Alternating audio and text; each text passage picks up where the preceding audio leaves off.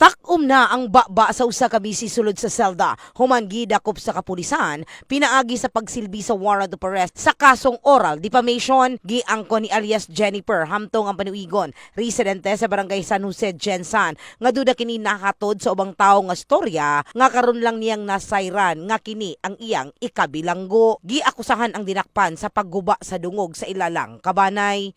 Ang paano nabuntis imuhang asawa daw yan na dugay daw ka na wal gaulian. Kay army man na siya, ma'am. 6 months man na siya.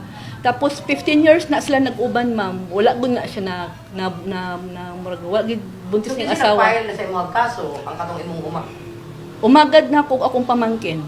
Pahimangno ni alias Jennifer sa mga personalidad nga nahimong habi ang paghatod og chismis. Ako naka-experience jud ko ing ani karang mga chismosa na mga kuan kay mga updated kay sa mga chismis, ma'am, na ako bilang murag naka-experience ko ing ani dili ta basta-basta dai magpagawas og istorya kung wala tay ebidensya.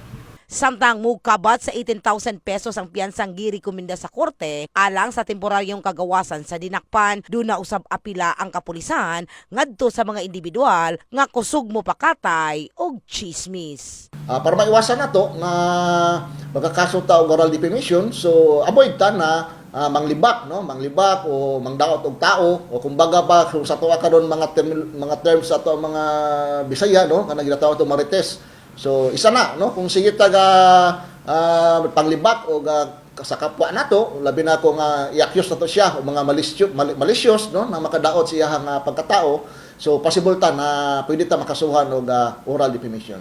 In the heart of changing lives, kini sa Brigada Richal Gubalani, Brigada News.